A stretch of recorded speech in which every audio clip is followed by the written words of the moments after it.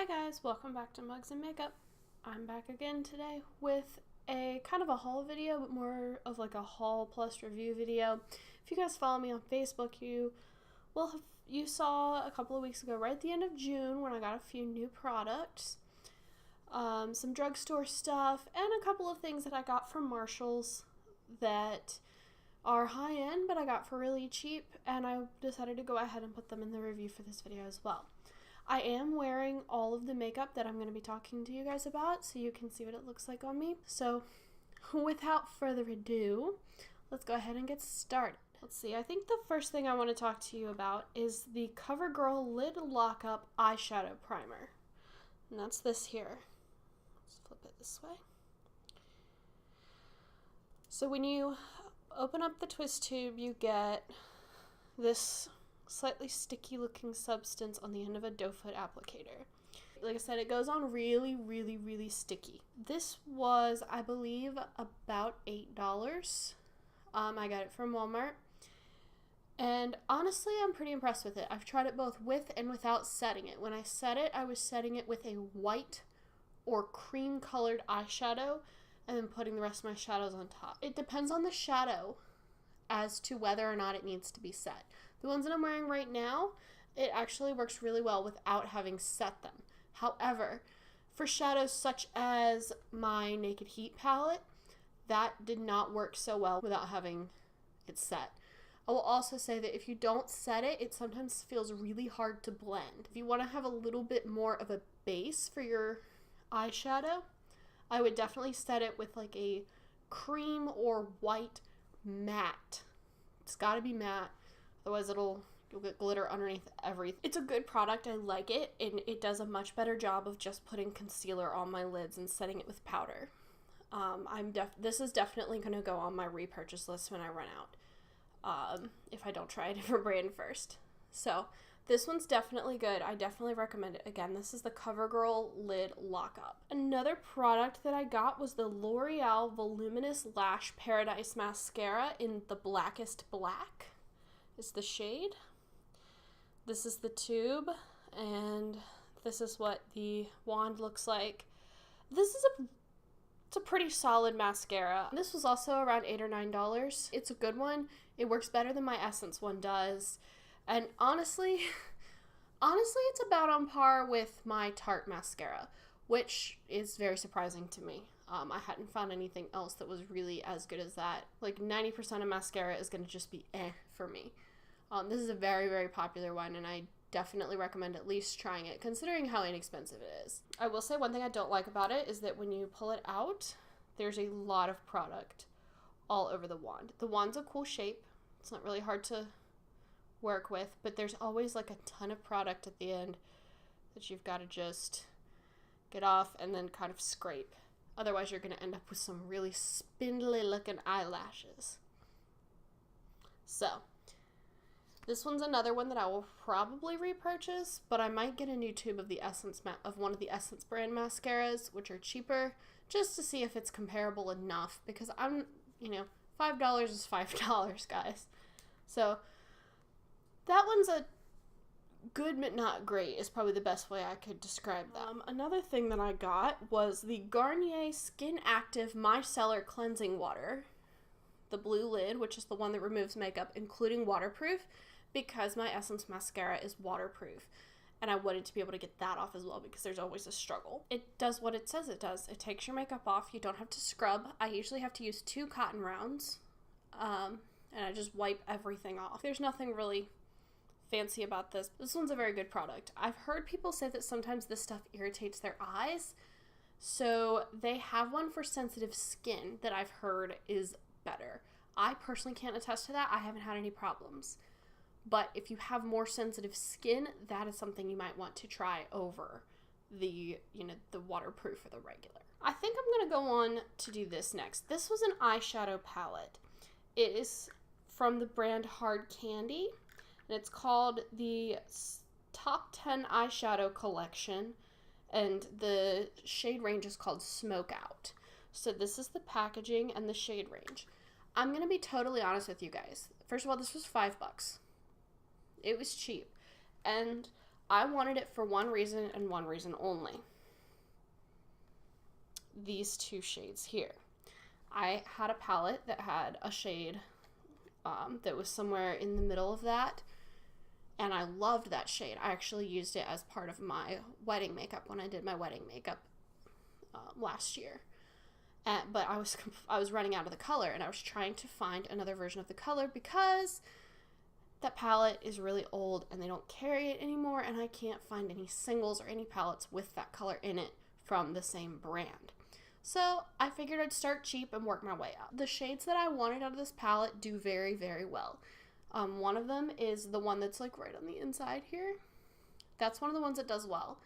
The lighter shades in this palette do well in general.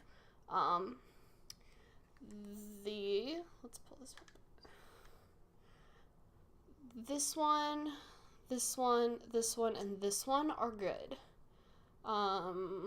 This one's okay, but most of the rest of them are very muddy. And in all honesty, trying to make a complete look with this palette is, it gets pretty muddy. Like, you can kind of see that, like, my crease isn't very defined, and there's not much shadowing on, you know, my outer corner. So, in all honesty, the best thing like, if you want to use one or two shades out of this, it's probably good. Most of them are not great. There's absolutely no mattes. They are all, like, anywhere from satin to full-on glitter. So, there's no mattes. That's not something you can use in isolation. It does have a mirror, but the mirror is tiny. And it does have a brush, and the brush is awful. And I have really low standards for brushes because I mostly use brushes that come out of the packaging. Not a good palette overall. If I find something else comparable to this light lilac-y purple shade, if I can find one with another brand that's better, this will probably never get touched again. Or it might be given to somebody that is just learning how to, you know, mess with color and makeup, or just sit somewhere until it's trashed. It is not something you want to go out and purchase. This is probably the worst of all of the products that I picked up recently. This right here. I haven't had a lot of exposure to the Hard Candy brand, but so far I'm not impressed. Between that and the highlighter that I got that was not very good, I'm really not impressed so far.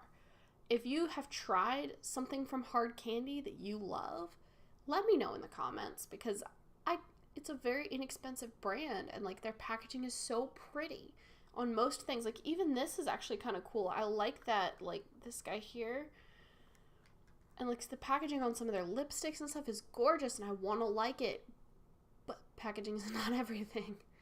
Not even a little bit, guys. This is my last, like, drugstore product, and it's probably my favorite of everything that I bought. And almost forgot one. I'm going to do that one first before I go in with my favorite of all time. One of the other things I got was the Kiss Strip Lash Adhesive with Aloe in the shade Black. It is not clear. Now, this is an excellent lash adhesive. I like it. It works well. You can tell pretty well when it gets tacky. My only complaint with this is that I am a beginner.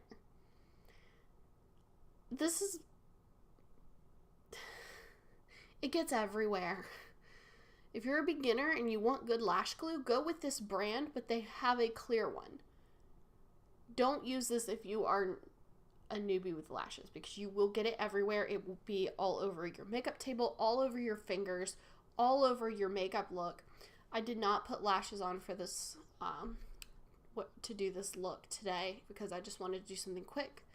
This guy, who I almost forgot about, pretty good. Just don't get it in black if you're new. The thing that I was super excited to talk about, and I'm still super excited to talk about, is the CoverGirl Peach Punch Blush. I have the shade 130. So there were two shades of this. One is like a bright pink, and one is like a really subdued dusky rose color. I got the brighter one because I wrongly assumed that a drugstore blush wasn't going to have a lot of pigment. I was very wrong. this is the packaging. First of all, it is super cute. It's the product. It smells awesome. It's a little artificial smelling and it's very strong, but it smells like peach. I've never smelled any of the peach products from Too Faced, which I feel like that's what they're trying to emulate, so I can't tell you how well they did. I've heard from people that they did a great job. I've heard from people that they did an awful job. But if you are sensitive to strong smells, I would avoid this. It's very pigmented. If you get this and use it, put very, very little on the end of your brush, because otherwise you are going to end up with these like you're going to end up looking like somebody slapped you because your cheeks are so pink. Like, you have to be very careful with it. And it is a little bit of a struggle to blend. I will say that. It's a little bit difficult to blend. I was so excited to try this, and it was everything that I wanted it to be. Absolutely everything that I wanted it to be. So those are the drugstore products that I wanted to talk to you about. I got 2 high-end products at Marshall's for very inexpensive. The first thing I want to talk about is the Pure Cosmetics Velvet Matte Lipstick. I have the shade Innocent. So this is the packaging, and this is what it looks like on me. It's like a brown nude, kind of. It's a lot more brown than I thought it was, because when you look at it in here, it looks a little bit pinker than it turns out. This is not my favorite lipstick, I'll be honest with you. I only paid $3 for this, or maybe $4, but like, it's got a very moussey texture. It doesn't like to come out of the bottle. And it's got a doe foot with a hole in the middle, I think. No, just a regular doe foot. And it's got a very moussey texture, and it just sits on your lips, and it's very, very drying. It's a very dry, yes, it's a matte, but even for a matte, it's really drying. The staying power is acceptable. I've had better mattes that stayed longer. I don't love this shade, though that might change, you know, once it gets cooler and this kind of shade is more popular and more, like, kind of more seasonally appropriate, I guess. I don't know. It just seems too dark for summer for me. So, I don't love it. I don't love the formula. I'm not going to go buy myself another lipstick in this line. Honestly, it was one of those purchases that made me think I'm really glad I didn't try to buy this full price. And the last product I have to talk to you guys about today is the Too Faced Chocolate Soleil Medium Deep Matte Bronzer. So here's the packaging, which is adorable. And here's the bronzer. It comes with this beautiful mirror, this gorgeously huge mirror, and all this product. And of course, it being, you know, Too Faced chocolate, it smells like chocolate. Like, it just smells like you opened, like, one of those, like, just a bag of Hershey Kisses or something. It's lovely. I love the smell of their chocolate products. But this is a really pretty matte bronzer. It's very light, and it's very buildable. So, like, I have to get a good bit of product, or, like, I have to sit there with it for a minute and try to and really work it in, which I prefer, because with being as light as I am, I don't like if I make a mistake and get too much product, I'm going to look like an Oompa Loompa.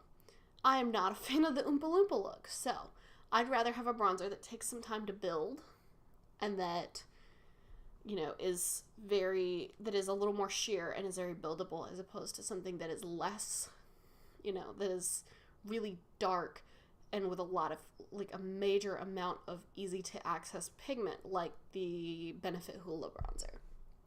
I also like this because it's cooler. It is warm. Like, it's a bronzer. It's warm. It's not a contour, like, not a contour color, but it doesn't make me look orange. It's probably the first bronzer I've ever used that, even with larger amounts of it, did not make me look horrifically orange. So it has enough of a cool tone to it to work very well with my skin. But yeah, this is kind of what it looks like on, and the blush is on too. But yeah, that's all I have for you guys today. If you have any, like, holy grail drugstore products, let me know in the comments. I'm always open to trying new makeup, and if I can replace something that's expensive with something cheap, I'm very up for that. If you liked this video, give it a thumbs up and subscribe to my channel so that you can, keep up with me and my subscription boxes and my makeup hoarding and all my fun tutorials. So I will see you guys later, and I hope you have a great rest of your day. Bye!